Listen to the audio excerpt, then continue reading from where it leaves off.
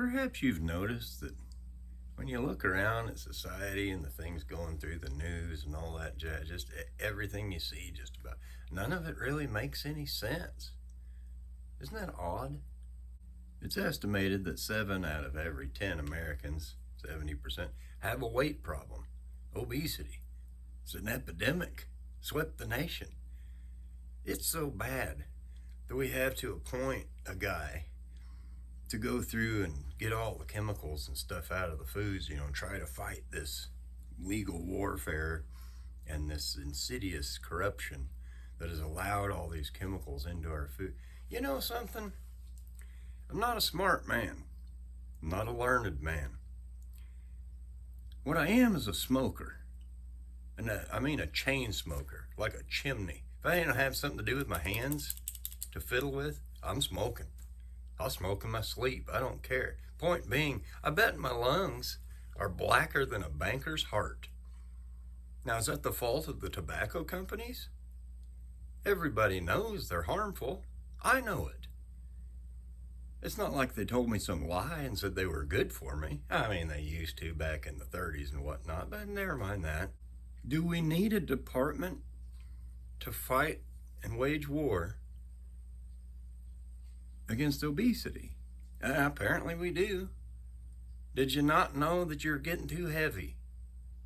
Did you not know to take steps to do something about it then, instead of waiting until you can't get off the couch? I'm just asking questions. Then we got this new department coming down the pipe called DOGE, Department of Government Efficiency, is it? Well, isn't that just a new department? More bureaucracy? Now, don't get me wrong. This is a much needed thing. It needed to be done 30 years ago, or maybe longer than that. But hey, you got to start somewhere. Who elected these two guys? Oh, right. Nobody did. One of them wants to put a microchip in everybody's brain and link it to a satellite. He said that. That ought to work out well for us. The other guy did a stock dump, a pump and dump scheme where he promised some miracle cure for Alzheimer's or something and elevated the stock price and then sold out, and boom, he's a billionaire twice. Billion with a B. Well, this should work out well. But anyway, who elected them two again? And how come there's two of them? The whole money thing's all fouled up.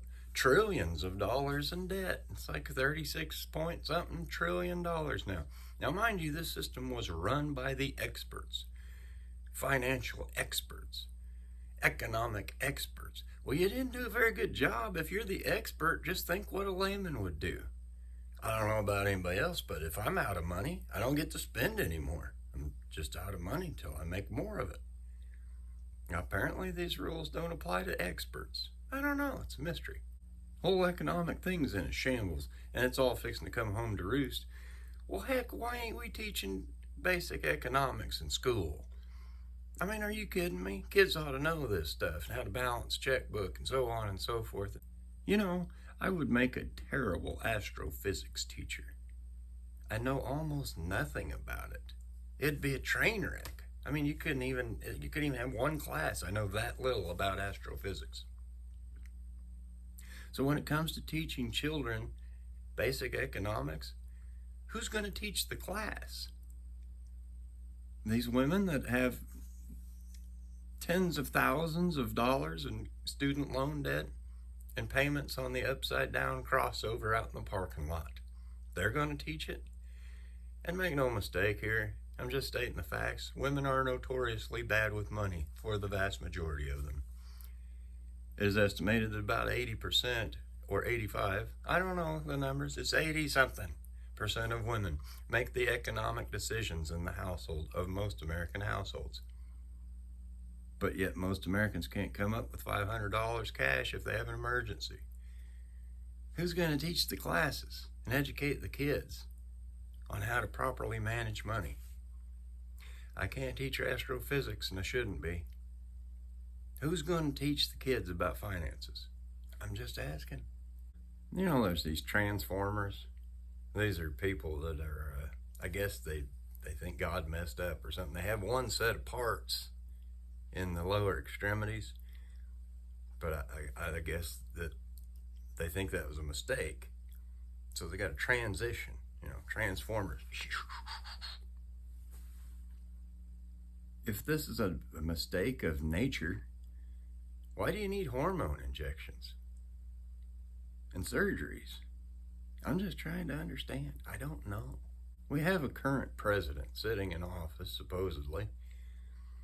Now, the Jill Biden administration will go down as the worst presidency. I mean, they just surpassed Jimmy Carter, who just died, by the way. And boy, ain't they making a hero out of that guy who was counsel on foreign relations and all kinds of other nefarious crap. If you're old enough and lived through it, you probably remember the Carter administration with the 17% interest rate and rampant unemployment. He got surpassed. The Jill Biden administration has just made a mockery of the presidency.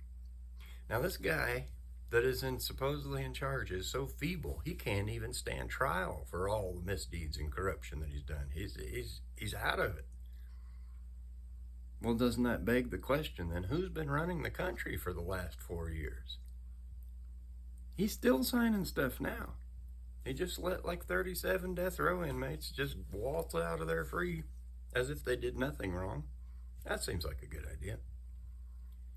How is he still allowed to sit in that office and still making decisions? Now, the economics of the country are just so fouled up, I don't see how anybody can fix them. But isn't it odd that we have hundreds of billions of dollars to send other people for wars? But anytime this business of kicking the can down the road and, if we don't get a temporary stopgap budget, the whole country, the government will shut down. How come the first thing they always mention is your perks? Social Security is always brought up right away. You have to cut that. Maybe the hundreds of billions of dollars being sent abroad for wars? I'm just an idiot. I don't know nothing. I'm some guy mouthing off. I ain't even got good camera equipment. I got an iPhone and I don't have the microphone thing because I don't know what I'm doing. But when I can see this stuff and understand it and think, well, why are they letting all these people cross the border? What is it? But you got Americans that are unemployed and can't find a job.